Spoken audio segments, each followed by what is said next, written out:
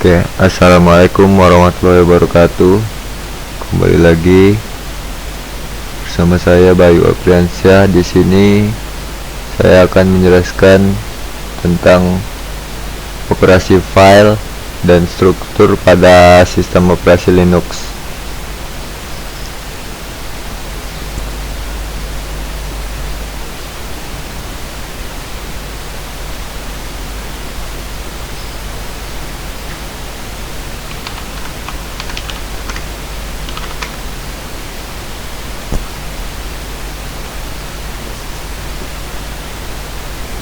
Ya, seperti yang kita tahu, di Linux ini memiliki beberapa struktur. Bisa dilihat kalau mau dilihat ya. Oh, di sini. Nah, ini semua merupakan struktur-struktur yang ada pada sistem operasi Linux. Ada /bin, dev, lib64, mnt, root. Masing-masing ini memiliki beberapa fungsinya. Jadi semua ini merupakan bagian struktur daripada sistem operasi Linux. Jadi saat kita menginstal Linux, semua direktori ini sudah otomatis sudah terdata pada sistem operasi Linux itu sendiri. Salah satunya ini bin ini fungsinya berisi utilitas atau perintah-perintah yang ada pada sistem operasi Linux, seperti misalnya ls atau cat. Nah, itu semuanya berada di direktori bin ini. Kemudian kalau etc ini isinya file-file konfigurasi, dan semua ini memiliki beberapa fungsi lainnya. Pokoknya semua ini merupakan bagian yang paling penting pada sistem operasi Linux. Oke, saya kira sudah cukup. Kita lanjut. Di sini saya akan menunjukkan fungsi dari perintah-perintah ya. Yang pertama itu ada perintah pwd. Pwd ini fungsinya untuk melihat kita ini sedang berada di direktori apa. Pwd. Jadi kita ini ada di direktori ini. Slash ini tandanya di direktori root. Jadi tandanya simbolnya slash gini aja. Coba kita masuk ke direktori lainnya, ke home aja deh, biasanya di home.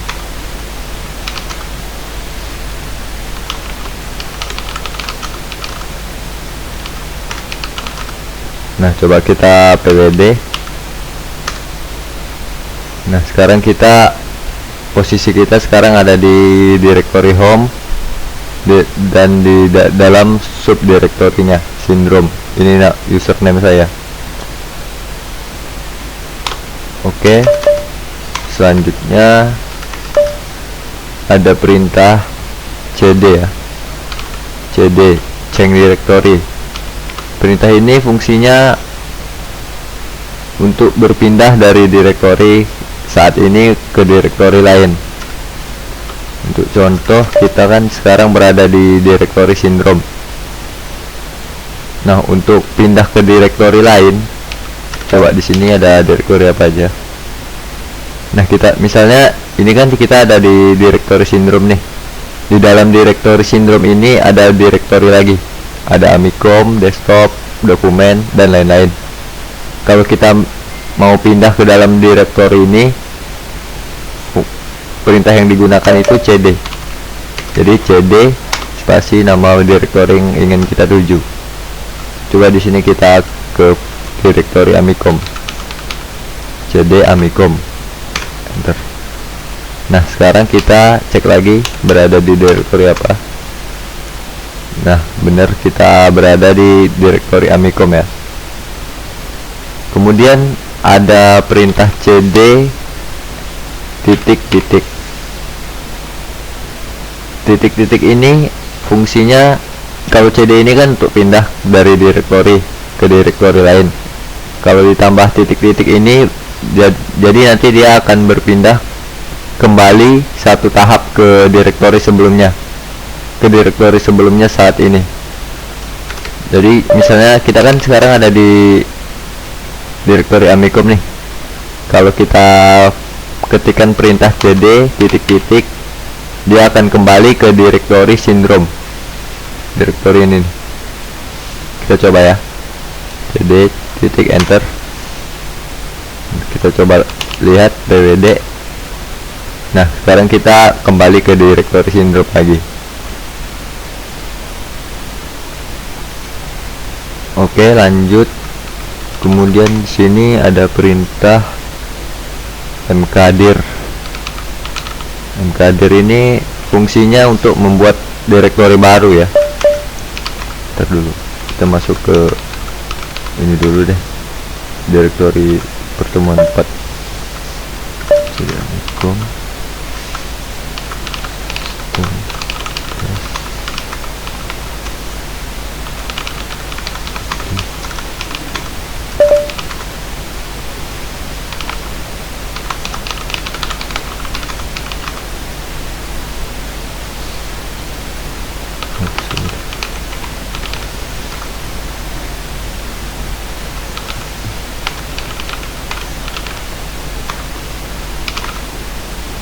Oke. Sekarang saya ada di direktori pertemuan 4 nih, biar enak nanti. Oke, tadi lanjut. Tadi ada perintah mkdir. Mkdir ini fungsinya untuk membuat direktori baru. Jadi ini kan kita ada di direktori pertemuan 4. Jadi kalau kita mau buat direktori di dalam direktori pertemuan 4 ini, perintah yang digunakan itu mkdir, make directory. Perintahnya itu make mkdir spasi nama direktori yang akan kita buat. Contohnya kita buat nama direktorinya itu direktori baru gitu deh, direktori baru. Kita ls ini untuk melihat isi direktori pada direktori yang kita tempati sekarang ya. Nah, di sini udah berhasil kita membuat direktori baru. Kemudian kalau mau membuat sebuah direktori dengan spasi, itu harus menggunakan kutip ya. Kita coba dulu. Misalnya kita mau membuat direktori baru, spasi baru. Nah, ini nanti dia akan membuat dua direktori yang berbeda. Coba kita enter, kemudian kita ls. Nah, jadi dia membuat dua direktori ya sekaligus di sini. Kenapa? Karena di sini tidak ada tanda kutipnya. Jadi dia akan membaca ini satu direktori, ini satu direktori. Jadi dia membuat dua direktori sekaligus. Jadi gimana kalau kita mau membuat satu direktori dengan spasi di tengahnya? Nah, ini ada tambahannya, tambahan kutip, direktori spasi baru, kemudian ditutup lagi dengan tanda kutip. Coba kita enter, kemudian kita ls. Nah, di sini nanti ada nih direktori baru dengan tanda kutip. Ini satu direktori ya. Kalau ini kan berbeda nih. Ini satu direktori, ini satu direktorinya beda lagi. Jadi gitu. Oke, kita lanjut. Perintah berikutnya ada rmdir.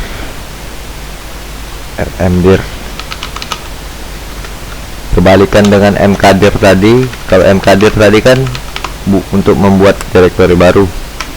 Nah, kalau rmdir ini untuk menghapus. Kita coba kita hapus dua direktori ini deh. direktori sama direktori baru, kita hapus dua-duanya. Jadi perintahnya itu rmdir baru direktori tls. Nah, dua-duanya udah hilang ya. Di sini udah nggak ada lagi.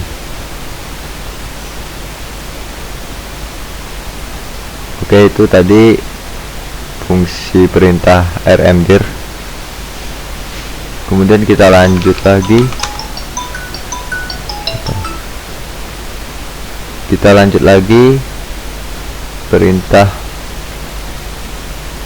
Di sini ada perintah cp. cp ini fungsinya untuk mengcopy file. Coba kita tes copy file. Oh, kita buat file baru dulu. txt.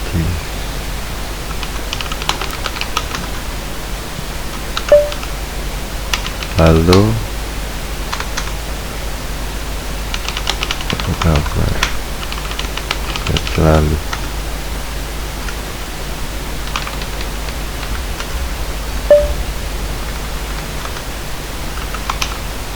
kita simpan dulu dan kita keluar. Tadi saya sudah membuat file baru ya, namanya test.txt. Coba kita lihat di sini. Nah, ini file barunya. Jadi kembali ke tadi perintah cp ya. Perintah cp ini untuk mengcopy file. Jadi kalau kita coba cp test.txt, kemudian kita copy dengan nama yang baru juga bisa. Misalnya kita copy nih test.txt dengan nama yang baru, testing gitu, testing.txt, enter. Dan kita lihat hasilnya. Nah, jadi dia akan ada dua file baru. Coba kita lihat deh isinya. Isi dari, untuk melihat isi text file menggunakan perintah cat. Jadi cat test.txt ini untuk melihat isi dari file test ini ya. Coba kita enter. Nah, hasilnya sesuai dengan yang saya ketik tadi ya. Kemudian kita coba melihat isi dari kopian file dari test.txt tadi, sama atau tidak. Perintahnya cat juga, cat testing.txt. Ya, hasilnya sama ya. Jadi benar fungsi dari cp ini untuk mengcopy file.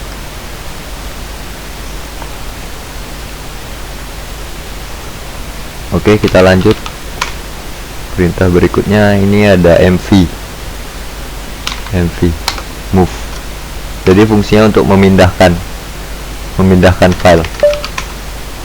Coba deh kita coba memindahkan file testing.txt ke dalam direktori baru ini ya.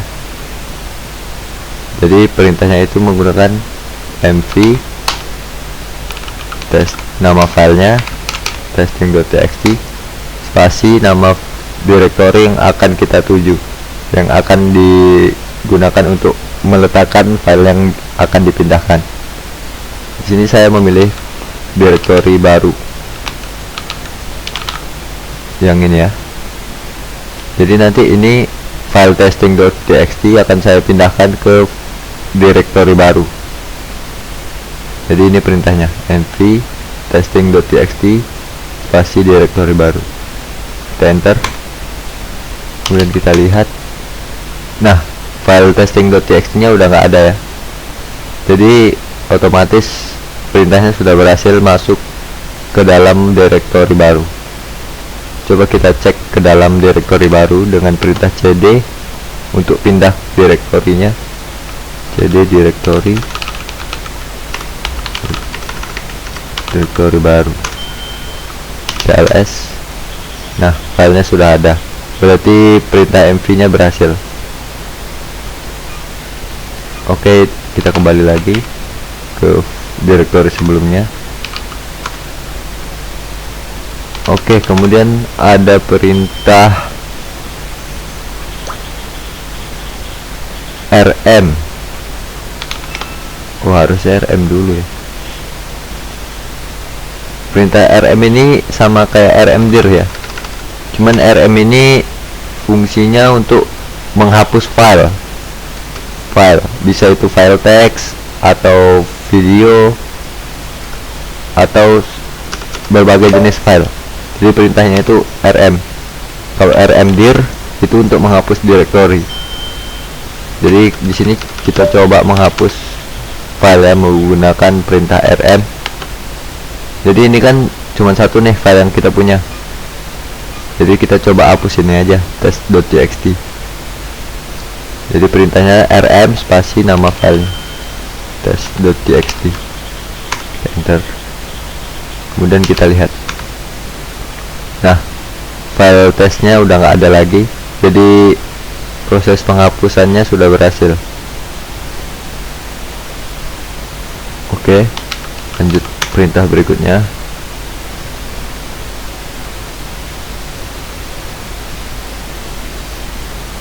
Di sini saya akan coba memperlihatkan fungsi kegunaan symbolic link. Jadi symbolic link ini kalau di Windows itu namanya shortcut ya. Jadi sebagai penghubung ke dalam suatu file. Kita langsung coba aja deh. Kita belum punya file, kita buat file baru deh. Vim ini ya, text editor ya, saya install sendiri. Kalau mau yang gampang pakai nano aja deh, nano testing.txt. Nah, kita tulis dulu di sini, halo, apa kabar?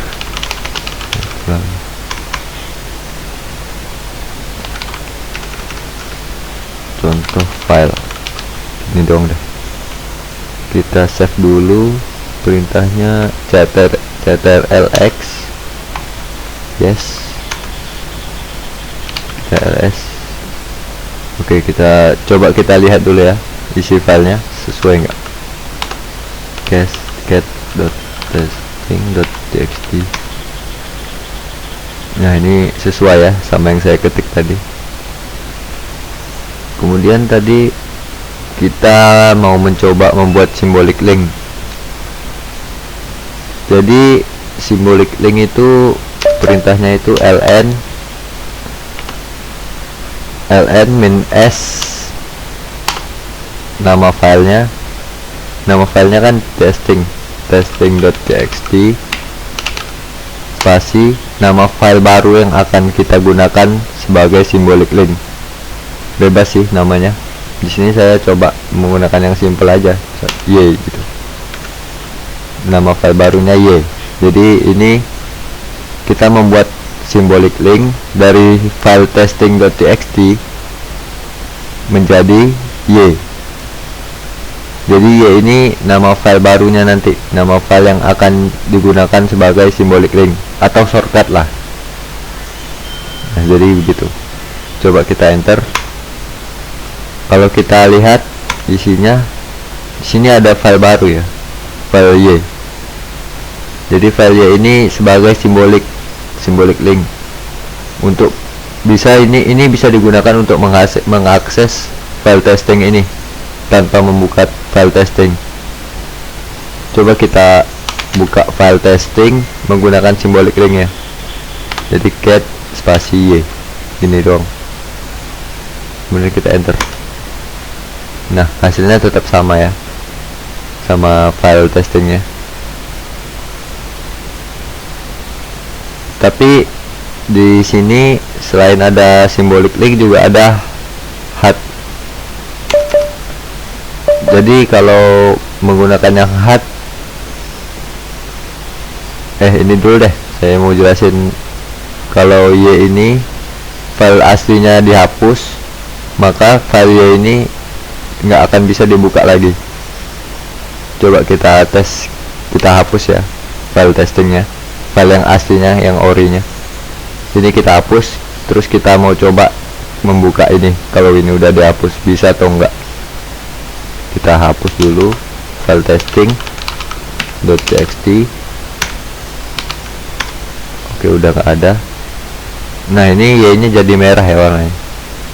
Coba deh kita tes, bisa nggak dilihat get Y. Nah, di sini keterangannya tidak ada file atau directory.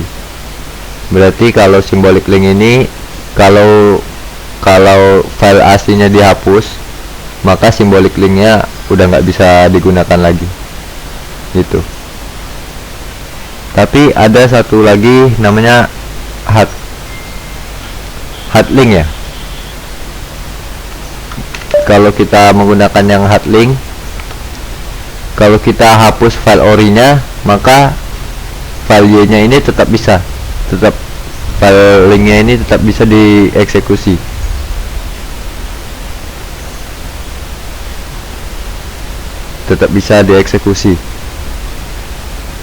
Jadi untuk perintahnya itu hampir sama dengan yang symbolic link. Kita buat dulu deh filenya, udah hilang. Ini file Y nya kita hapus saja ya, karena udah nggak bisa digunakan. Kemudian kita buat file baru, nano testing.txt. Halo,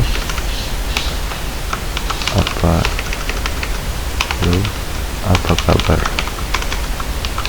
Sehat selalu. Kita save. Sini ada file testing. Kemudian kita mau mencoba membuat hard linknya. Itu perintahnya ln aja, ln spasi nama filenya, kemudian nama file barunya, misalnya G.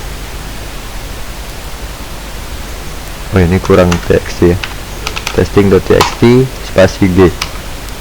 Kita enter. Kemudian kita lihat. Nah, di sini ada file G. Kita hapus dulu deh. Di sini ada file G ya. Sudah kita buat hard linknya tadi. Jadi kalau kita lihat hasil dari file orinya dulu. Kita lihat dulu file orinya. Testing.txt. Jadi hasilnya gini ya, sesuai sama yang saya ketik barusan. Kalau kita lihat menggunakan hard linknya gimana? Nah, hasilnya tetap sama aja, karena G ini dibuat sebagai penghubung seperti shortcut gitu. Tapi bedanya di hard link sama symbolic link tadi, kalau file orinya dihapus, file G ini tetap bisa dieksekusi, tetap bisa dijalankan. Kita coba dah. Tes. Kita hapus file testingnya, testing.txt. Nah, ini masih ada ya file hard linknya. Kita coba eksekusi get G. Nah, masih bisa dieksekusi. Itu jadi perbedaan hard link dan symbolic link tadi. Begitu. Kemudian symbolic link sudah. Di sini ada perintah lagi nih. Perintah file.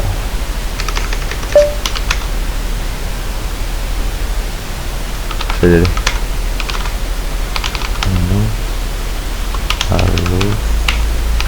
Jadi kita buat file baru dulu ya, buat biar enak gunain perintahnya.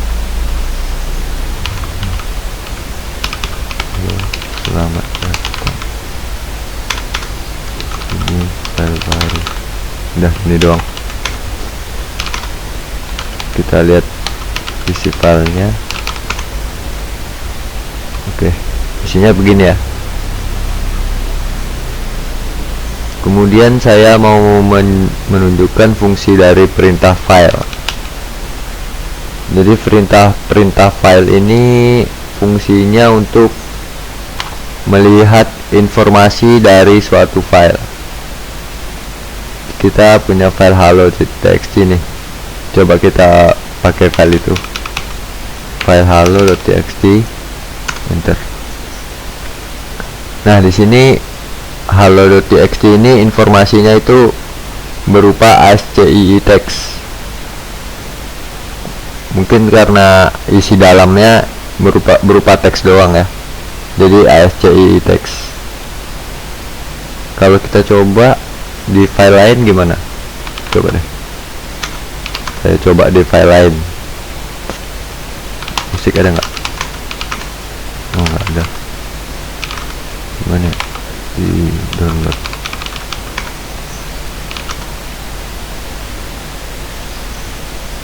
Nah, ini ada nih. Ada file MP4 dan MP3. Kita coba aja. File.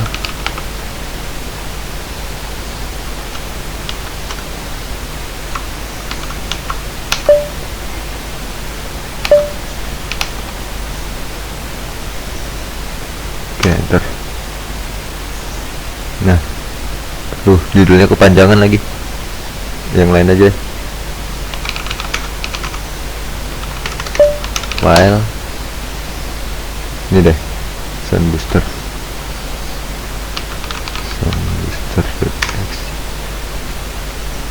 Nah, ini nama filenya.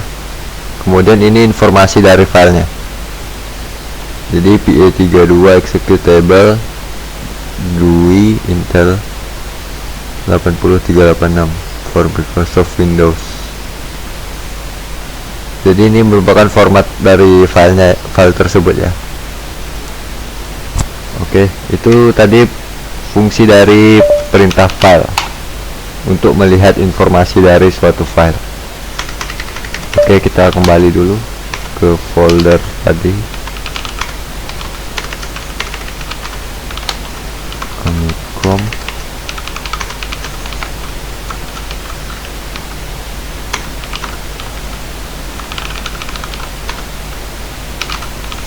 Dalam banget. Oke. Kemudian ada perintah find. Perintah find ini fungsinya berapa ya? Bentar. Lupa saya.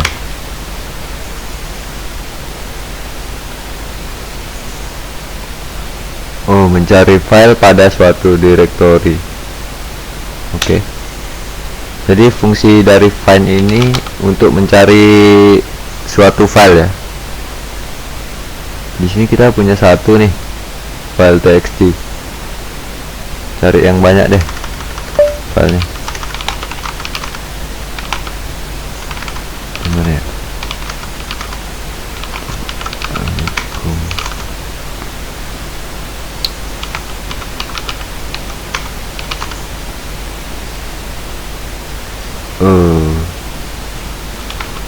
Material. Oh, kalau enggak kita buat file sendiri aja.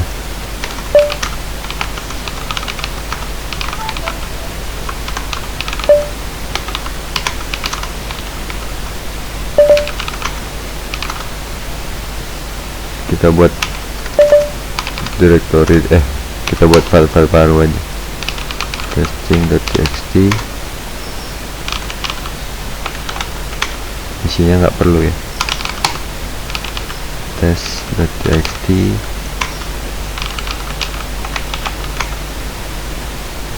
Nano percobaan.txt.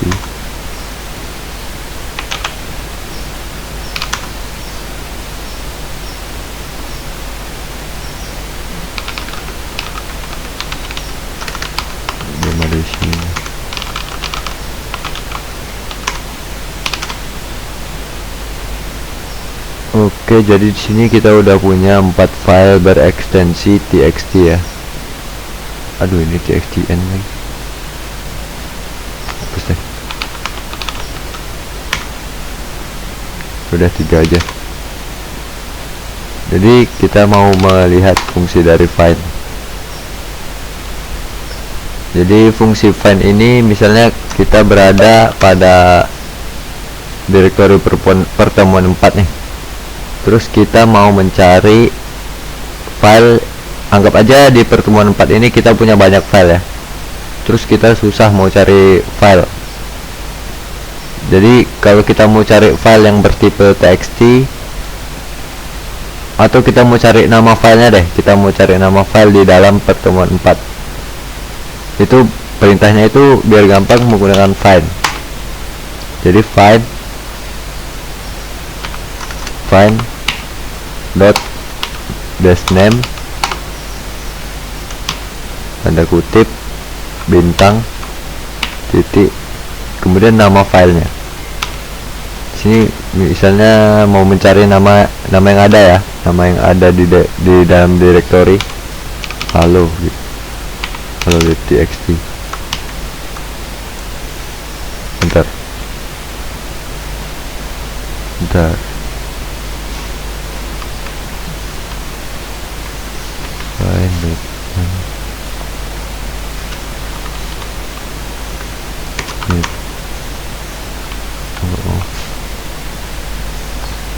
deh, saya pause dulu apa soalnya. Oke, jadi tadi itu lupa mengetikkan lokasi direktorinya ya. Jadi untuk perintah find itu kita harus mengetikkan di bawah perintah yang akan kita cari.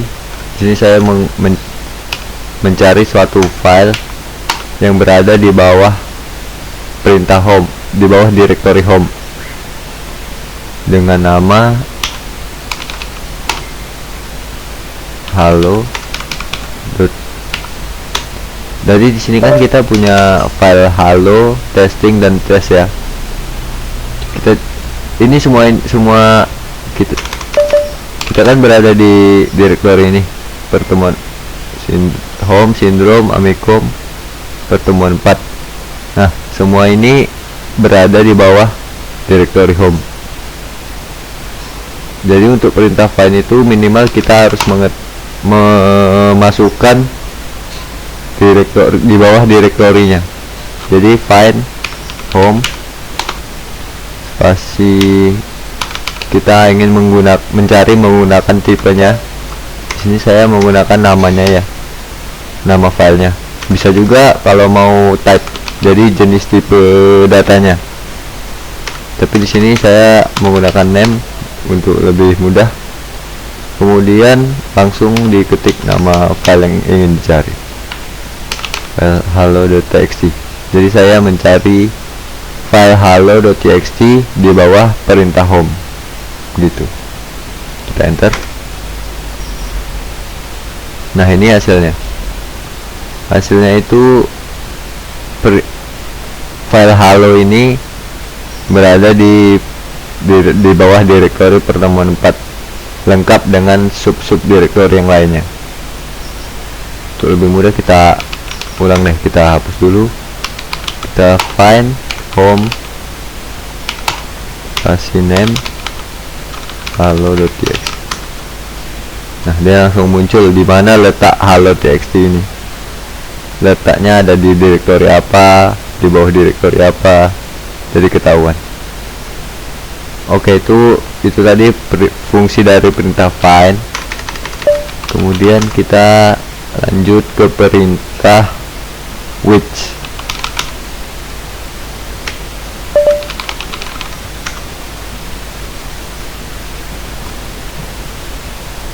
Kasih perintah. Jadi which ini fungsinya untuk melihat lokasi dari perintah di dalam terminal ini ya. Jadi kan di terminal ini banyak nih perintah-perintah yang bisa digunakan. Ada ls, cd, man. Nah, perintah-perintah ini disimpan di dalam direktori. Kita coba deh langsung which, misalnya ls, kita mau lihat perintah ls ini ada di mana sih. Jadi fungsi perintahnya which ls, kita enter. Nah, jadi perintah ls itu letaknya ada di directory bin /ls. Jadi ada di bawah directory bin. Directory bin ini tadi merupakan struktur dari sistem operasi Linux ya. Jadi ini bagian penting tadi yang sudah saya perlihatkan di awal. Jadi ini merupakan bagian struktur dari sistem operasi Linux. Kita coba lagi, misalnya perintah man. Nah, kalau man beda lagi lokasi direktorinya, usr bin man. Oh, mungkin ini satu direktori sih ya, cuman ini lebih lengkapnya sih. Jadi kalau mau lihat perintah-perintah yang lain itu ada di mana lokasinya, perintahnya itu menggunakan which ini. Oke, begitu. Kita lanjut perintah selanjutnya, perintah grep. Grep ini fungsinya apa?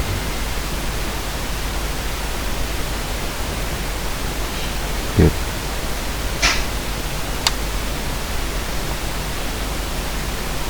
Oh, grep ini mencari kata deh. Jadi fungsi grep ini fungsinya mencari kata di dalam suatu file. Coba kita lihat file testing ini isinya apa. Aduh, kita edit deh, edit file testingnya. Ini kita hapus. Halo, selamat siang. Selamat siang. Apa kabar? Sehat selalu. Oke, gini aja. Jadi kita coba fungsi grep ini. Grep, nama filenya testing.txt, kemudian cari katanya. Tadi ada apa ya kata-kata? Testing.txt.